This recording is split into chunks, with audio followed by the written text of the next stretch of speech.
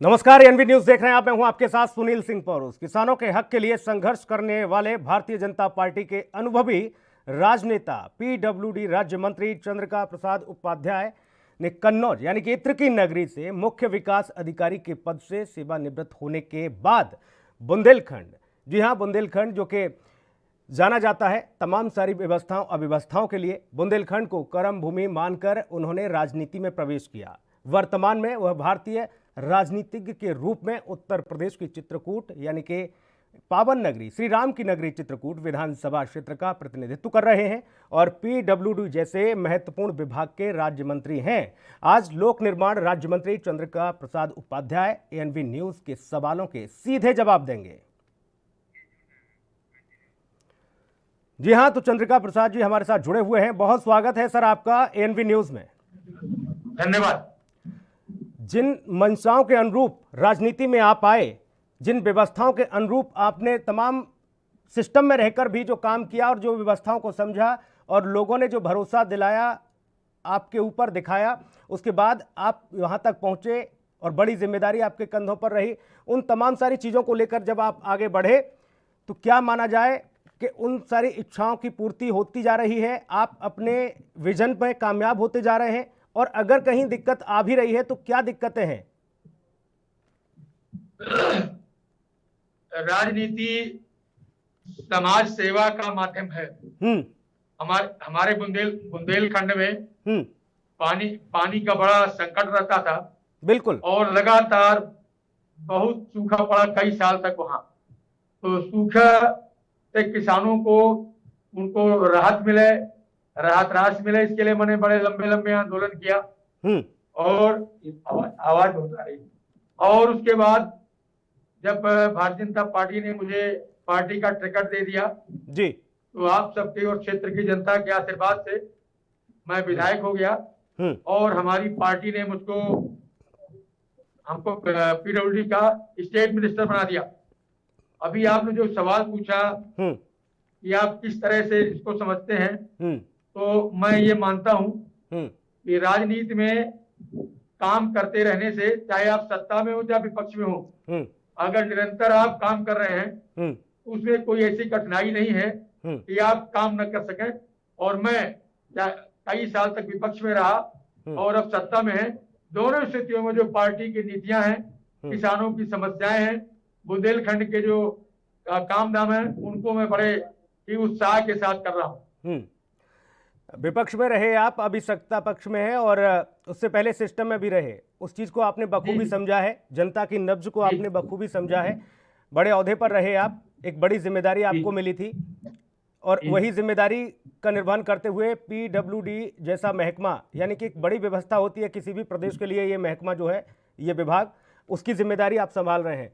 वो अनुभव कितना आपके लिए सकारात्मक हो रहा है? ये बिल्कुल आपने ठीक कहा।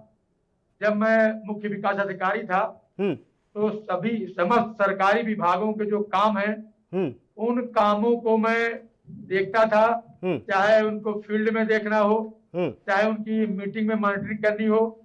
और सारे कामों को देखने के कारण जब मैं राजनीति में आया और पार्टी की सरकार में मुझे दायित्व दिया गया, तो जैसा कि आपने कहा, निश्चित रूप से जो मेरी पिछली सेवाएं हैं, पिछले सरकार में जो मैंने काम, सरकारी महकमे में जो काम किया था, उसका निश्चित रूप से मुझे बहुत अधिक सहयोग मिल रहा है। तमाम चीजों की जानकारी थी, उन जानकारियों का उपयोग मैं अपने कामों में कर रहा हूं। बुंदेलखंड की सबसे बड़ी समस्या पानी, और उसके अलावा जो भी समस्याएं हैं, मैं समझूंगा आपसे कि उन समस्याओं का निराकरण किस तरह से हो रहा है।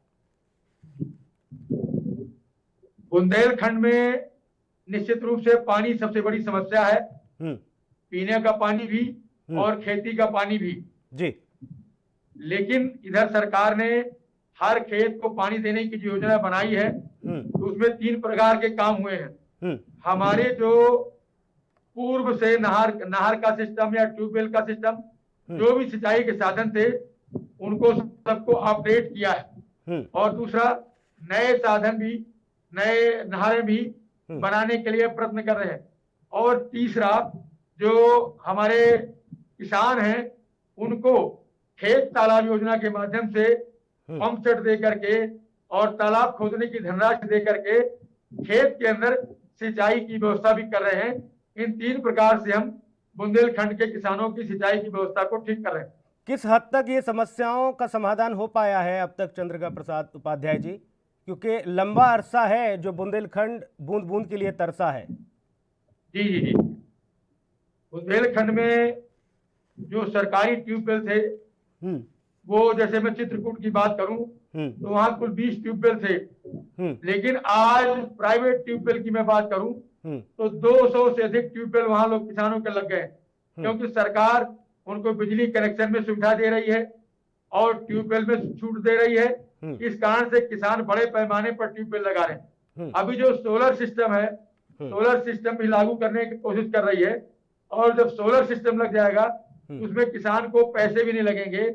जो बिजली में हमको पेमेंट करना पड़ता है बिजली का, सोलर सिस्टम में वो भी नहीं करना पड़ेगा और हमारा निरंतर सिंचाई की व्यवस्था हो जाएगी। दूसरा, हम नई नहरें भी खोदने का प्रयास कर रहे हैं, जैसे राजापुर से लेकर के और करबी तक एक नहर जो करीब 35 किलोमीटर से अधिक है उसको ला रहे हैं, और जैसे ही वो नहर बन जाएगी तो 76,000 किलोमीटर 73,000 बीघे जमीन सिंचित हो जाएगी।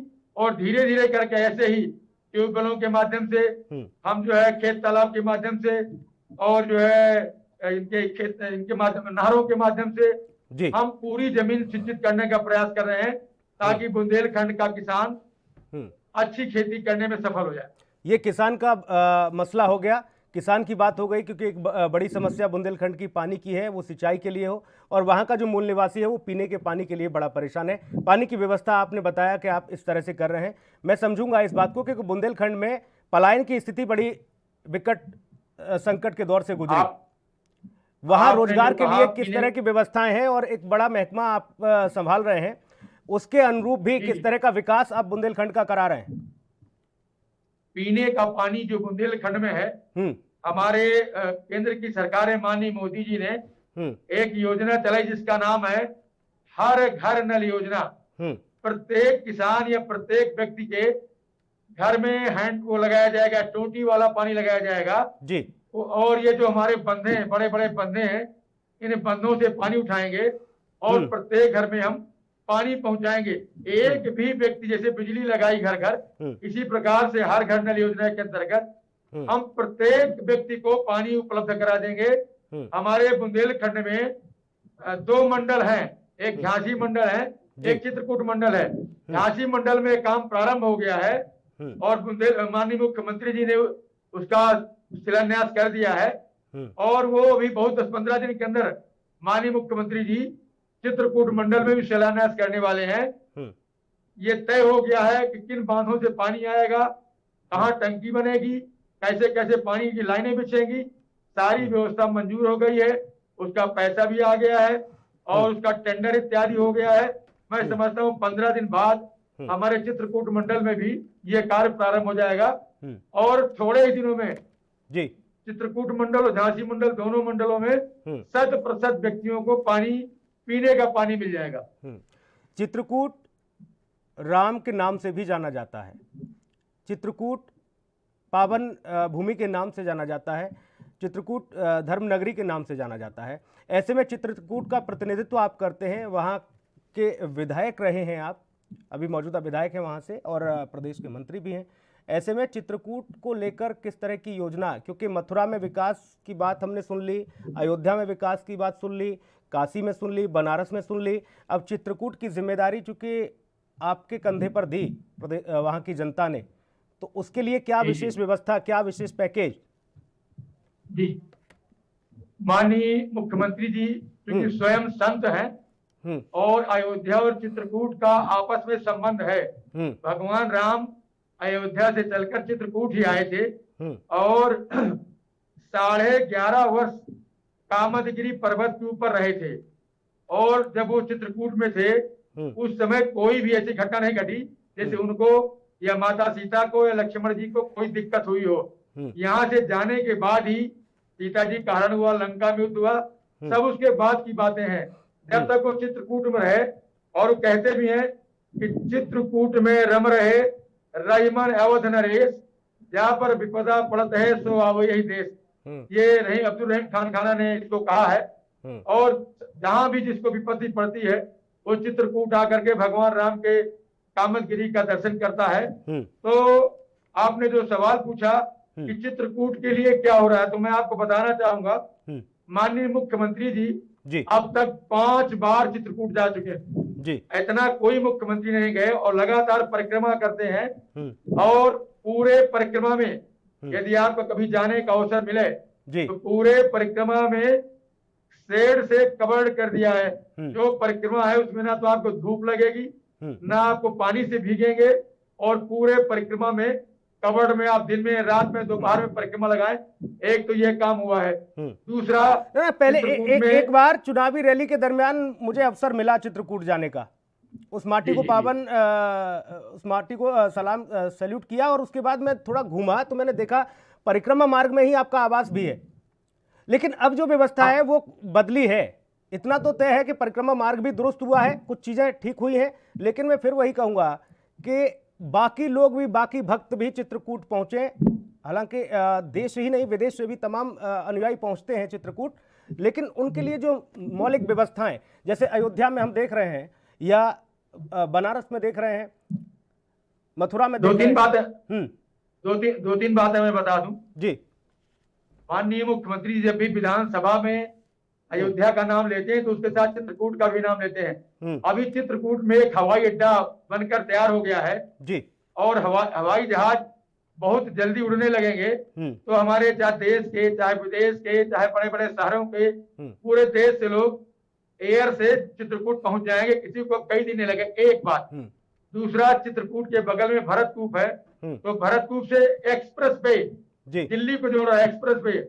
और जब एक्सप्रेस वे बन जाएगा तो 5 से 6 घंटे में आप चित्रकूट से दिल्ली पहुंच जाइए। तो चित्रकूट से दिल्ली से चित्रकूट आने में आपको समय नहीं लगेगा। आप अपनी कार से 4, 5, 6 घंटे में चित्रकूट आ जाएंगे। तीसरा, चित्रकूट में रुकने की व्यवस्था हो, बढ़िया होटल बन जाए। माननीय मुख्यमंत्री जी ने चित्रकूट के व्यापारियों की एक मीटिंग किया था, 6 महीना पहले गए थे, कोरोना के पहले गए थे, और सबसे उन्होंने कहा कि आप लोग होटल खोलिए और होटल इंडस्ट्री से आपको फायदा भी होगा और चित्रकूट आने वालों को सुविधा मिलेगी।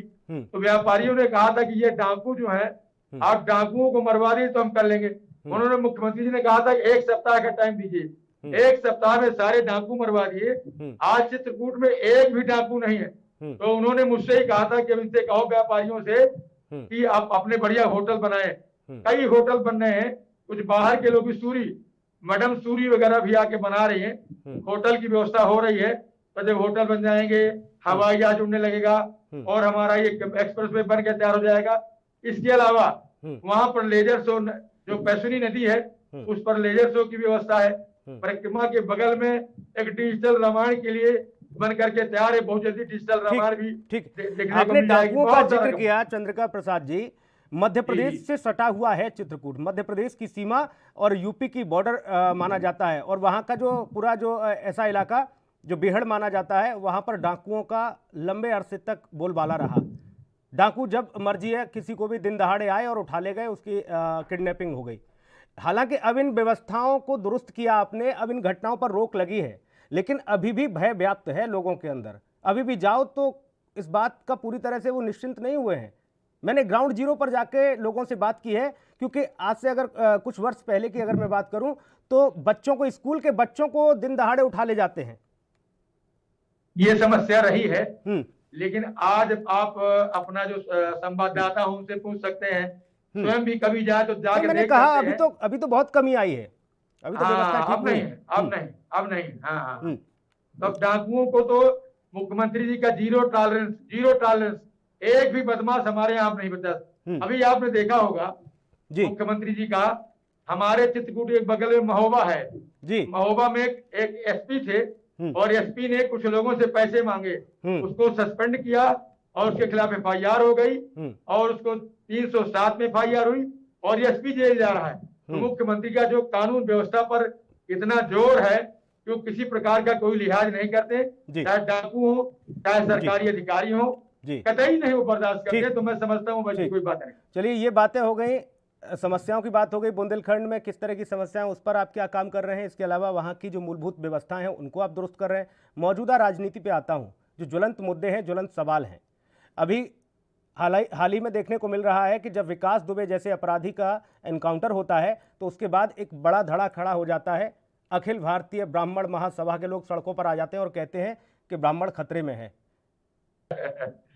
ऐसा है, जो इस प्रकार की बात करते हैं वो वास्तव में असली ब्राह्मणों के विरोधी वही है।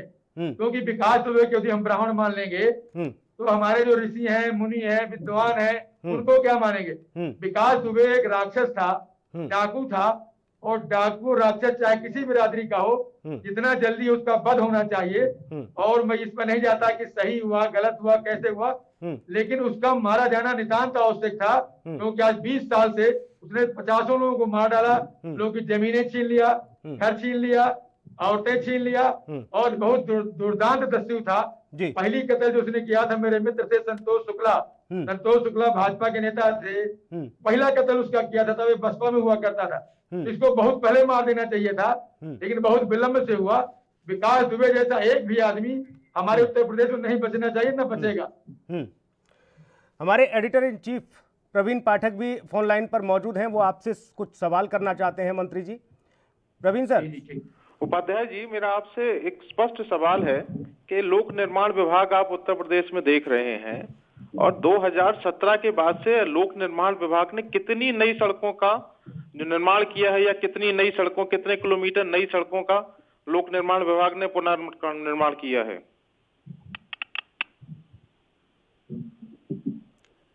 मेरी आवाज आ रही है? नहीं, मैं समझ नहीं पाया, फिर से पूछ लीजिए। मैं समझ नहीं पाया, फिर से पूछ लीजिए। उपाध्याय जी, मेरा आपसे सवाल ये है कि आप लोक निर्माण विभाग के मुखिया हैं। लोक निर्माण विभाग ने 2017 से लेकर अब तक कितने नई किलोमीटर सड़कें बिछाई हैं? क्योंकि देखिए, उत्तर प्रदेश में सबसे बड़ी समस्या, किसानों की सबसे बड़ी समस्या सड़कें हुआ करती थी। उसको लेकर लोक निर्माण विभाग ने कितना काम किया है? बिल्कुल ठीक कह रहे हैं जी। लोक निर्माण विभाग ने 2017 से लेकर करीब 3500 किलोमीटर रोड बनाई है, और जो पुल है 350 ज्यादा पुल बनाए हैं। निर्माण निगम ने भवनों का निर्माण किया है, और कोरोना काल के बाद पूरा पीडब्ल्यू डिपार्टमेंट, पूरा सेतु निगम, पूरा निर्माण निगम, सब लोग फुल स्विंग पे काम पे लगे हैं, ताकि मजदूरों को काम भी मिले और प्रदेश का विकास हो। 5-6 महीना बीच में काम थोड़ा रुका रहा है, अब सब काम पूरी चल रहा है। तो अभी क्या सर आपका आगे के प्रोजेक्ट्स हैं 2022 को लेके, क्योंकि 1 साल का समय बचा है सरकार के पास।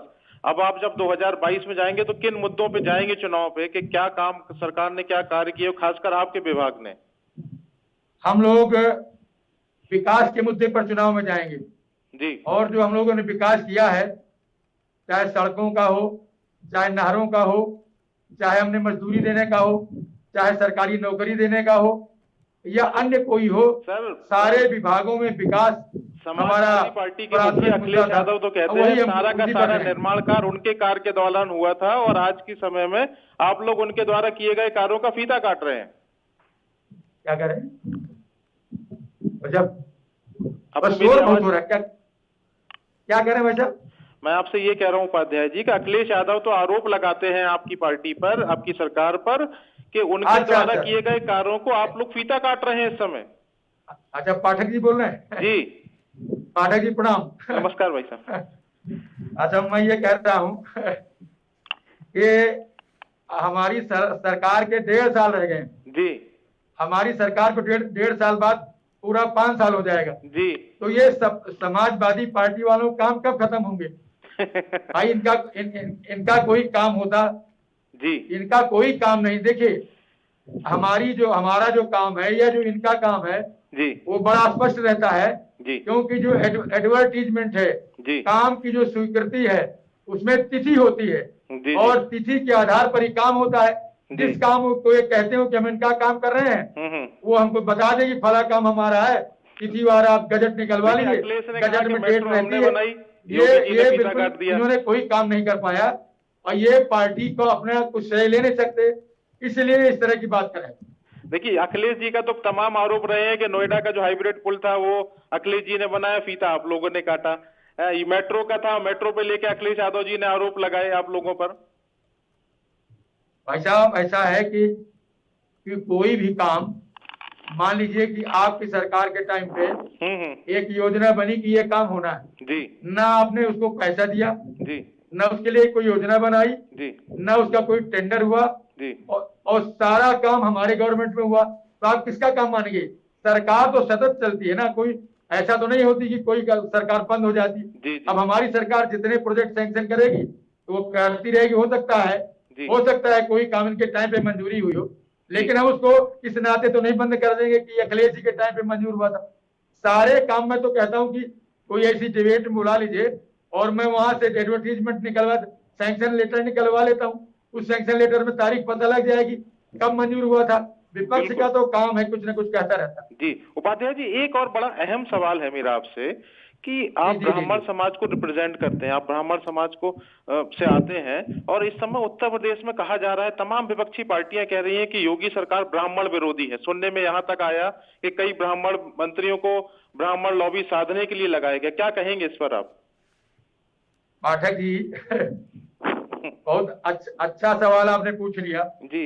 ये जो सवाल है जी, ये बिकरू कांड के बाद हुआ, बिल्कुल, जिसमें उसने विकास दुबे ने जी, 6-7 सिपाहियों को, सीओ हमारे जिले का ही था वो, देवेंद्र मिश्रा हमारे बुंदेलखंड का था जी, उसको मार डाला जी, और कई सिपाही मार डाले, दरोगा मार डाले। जी, उसके बाद सरकार क्या करती? जी, सरकार का काम था कि इनको पकड़ो, इनको मारो। जी, जी, अगर आप इनको नहीं मारोगे जी, तो ये पता नहीं कितनों को मार डालेंगे। बिकरू कांड के पहले कभी ब्राह्मण विरोधी किसी ने बात नहीं की। मैं ये कहना चाहता हूं जी, कि अखिलेश यादव ने अभी अपनी पार्टी के जी, जिला अध्यक्षों की सूची जारी की है जी, और 75 जिले में जी, अगर एक भी ब्राह्मण को अध्यक्ष बनाया हो जी, तो जो चोर की सजा हो मेरी सजा। जिनकी पार्टी में एक भी ब्राह्मण को जगह नहीं है वो ब्राह्मण की बात करते हैं, अंदर से उनको भीतर से झेप भी नहीं लगती। एक भी ब्राह्मण को नहीं बनाया। अभी आप कांग्रेस का भी देख लीजिए, बीएसपी का देख लीजिए, और अखिलेश जी तो उसके बाद बंद हो गए बोलना, इनकी पार्टी बोलना बंद हो गई। इनका एक लोटन प्रसाद निषाद था, वो तो हमारे परशुराम को गाली दे रहा था। तो ऐसा है कि ये एक आवरण ओढ़ते हैं, अंदर खानी ये सब ब्राह्मण विरोधी हैं। ब्राह्मण विरोध पर इनकी राजनीति हुई। बसपा का तो आप जानते हैं, सपा का हम जानते हैं, इनका डीएनए ब्राह्मण विरोधी है। ये अंदर आप नौकरियां देख लीजिए, धर्मेंद्र यादव को लाए थे, एक ब्राह्मण ही नौकरी पाता था। 56 में 56 एसडीएम इनकी बिरादरी के होते थे। आप वहां से निकलवा लीजिए आंकड़े, और अगर आपको न निकाल मुझे कह दिए, मैं निकाल के दे दूंगा। ये घोर ब्राह्मण विरोधी हैं और ये ब्राह्मणों को, अब जोगी महाराज तो साधु है, और जो साधु होगा तो वहां तो गौ ब्राह्मण की पूजा वैसे करते हैं, संत तो गौ ब्राह्मण की पूजा करते हैं। तो इनको लगा कि ऐसा जैसे यूपी में कभी चलता था, एक तरफ से है 99% ब्राह्मण भाजपा के साथ है और इनको सब जानता है। इनकी जो बात थी जब इनकी वो निकली है सूची जिस दिन से, उस दिन से बिल में घुस गए। अब नहीं बोलते ये, अब नहीं बोलते कि ब्राह्मणों का अपमान हो रहा है। क्या हुआ? आप कह रहे हो 99% ब्राह्मण बीजेपी के साथ है, तो ऐसा क्या हो रहा है कि विपक्ष ठाकुर बनाम ब्राह्मण की बातें लगातार फैलाई जा रही है? उत्तर प्रदेश का एक बहुत बड़ा मुद्दा बन गया है ये ठाकुर बनाम ब्राह्मण का।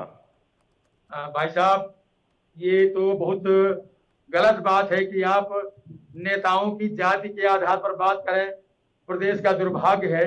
और मैं आपको बताता हूं, विधानसभा के अंदर हम जब देखते थे तो सपा के नेता अम्बेडकर नगर में एक राजू गुप्ता थे, उनको एक मुसलमान ने मार डाला, और मार डालने के बाद जो इनकी पार्टी में विपक्ष के नेता थे राघवेंद्र चौधरी, सारे लोग छाती पीट रहे थे कि सरकार मुसलमानों पर अत्याचार कर रही। अब गुप्ता की हत्या हुई, उनकी पत्नी संजू गुप्ता एमएलए है।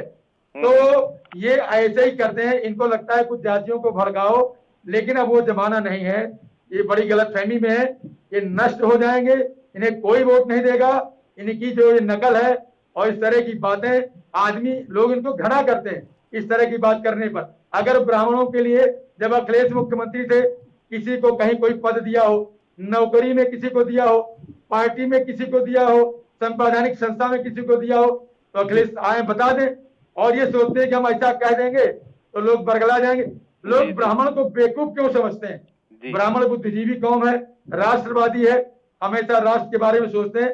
परशुराम जी को देख लीजिए, किसी को देख लीजिए, जितने ब्राह्मण हुए उन्होंने राष्ट्र का विचार किया, कभी जात पात पर नहीं गए। तो इनका ये पाखंड इनको खा जाएगा, ये बर्बाद हो जाएंगे।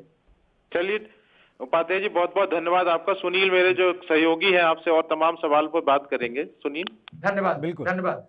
चंद्रिका प्रसाद जी, देखिए आपका तो अनुभव काम आता है, आप तो सिस्टम में रहे हैं, पढ़े लिखे होने के बाद एक बड़े ओहदे पर बैठे आप, और उसके बाद आप राजनेता भी हैं, तो दोनों ही चीज़ें आपके लिए तो बेहतर हैं। आप हर चीज़ को अच्छे से डिफाइन कर सकते हैं कि कहाँ कहाँ व्यवस्थाओं में कमियां हैं, खामियां हैं, उनको आप ठीक से ट्रीटमेंट दे भी सकते हैं और उन बातों को रख भी सकते हैं। लेकिन तमाम ऐसे मंत्री हैं या तमाम ऐसे नेता हैं जो बचकाने बयान दे देते हैं और पार्टी की फजीयत करा देते हैं, ऐसे लोगों के लिए क्या कहेंगे? अब भाई साहब, मैं तो सरकार में हूँ, तो ऐसे लोगों के बारे में पार्टी के अध्यक्ष या पार्टी के पदाधिकारी बयान दे सकते हैं। वैसे आपने देखा होगा हमारे राष्ट्रीय अध्यक्ष और प्रांतीय अध्यक्ष लोग सदैव उनको बहुत उनकी मरम्मत करते हैं, उनको समझाते हैं, और अब देखते हैं इस तरह के बयान नहीं आ रहे। कुछ लोग इस तरह की हरकत करते हैं, लेकिन पार्टी हमेशा उनको बहुत डांटती है और उनको रोकती है, और वो इस तरह कर नहीं पाते। कुछ जरूर हुआ जो आप कह रहे हैं, लेकिन अब ऐसा नहीं होगा। बिल्कुल, चूंकि देखिए ब्राह्मण वाले मसले पर आपने सीधे तौर पर कहा कि वो लोग खुद ब्राह्मण विरोधी हैं जो इस बात को फैला रहे हैं, इन अफवाहों को ले रहे हैं, लेकिन कुछ नेता ऐसे हैं जो इसको हवा भी दे रहे हैं, पार्टी में रहते हुए भी हवा दे रहे हैं। वो कह रहे हैं कि हाँ हाँ इस तरह की स्थिति बन रही है, ठाकुरवाद चल रहा है। ऐसा कुछ भी नहीं है। आप जानते हैं कि माननीय योगी जी संत हैं, साधु हैं, ठीक, और जो भगवा वस्त्र धारण करते हैं जी, भगवा वस्त्र आप जानते हैं कि जो अग्नि है, अग्नि की जो शिखा होती, ज्वाला की, अग्नि की ज्वाला का जो रंग है वही भगवा रंग है। जब सन्यासी या योगी अपने सारा सब कुछ जला देता है अग्नि में, उसके बाद भगवा कपड़ा पहनता है। बिल्कुल बिल्कुल, हम उम्मीद करते हैं चंद्रिका प्रसाद उपाध्याय जी कि आप जिस मंशा के अनुरूप राजनीति में आए हैं और जिन मसलों को लेकर आप लगातार मुखर हैं और जिन कामों को लेकर आप आगे बढ़ रहे हैं, उनमें आप सफलता प्राप्त करें, लगातार प्रदेश की जनता की उम्मीदों पर खरे उतरें। इन्हीं उम्मीदों और इन्हीं तमाम सारे सवालों के साथ बहुत शुक्रिया आप हमारे साथ जुड़े, बहुत धन्यवाद इस चर्चा में जुड़ने के लिए। खास कार्यक्रम में इतना ही, नमस्कार।